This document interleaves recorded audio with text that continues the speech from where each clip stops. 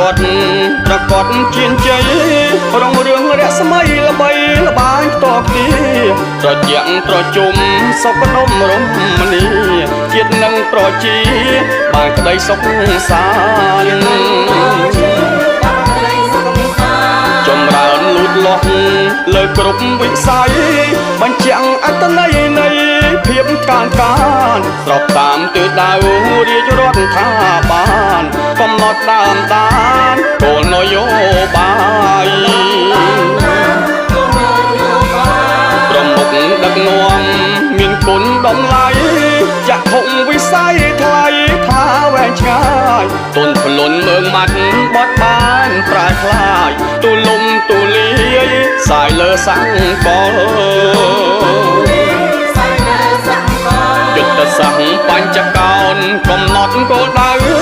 បំឡងឆ្ពោះទៅសម្រេចបានដល់រិទ្ធស្រស់ដោះដាលគ្រប់ដែនមណ្ឌលសុភមង្គលជូនជាតិខេមរា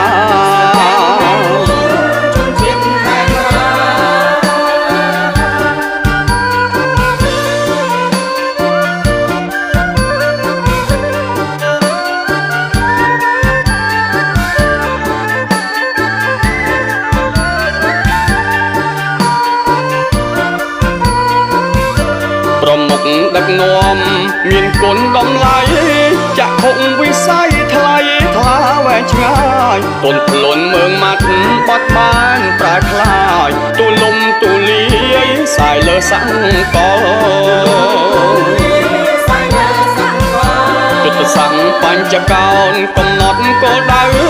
បំឡងឆ្ពោះទៅសម្រេចបានដល់រិទ្ធស្រស់ដោះដាលគ្រប់ដែនមណ្ឌលសុភមង្គលជូនជាតិខេមរា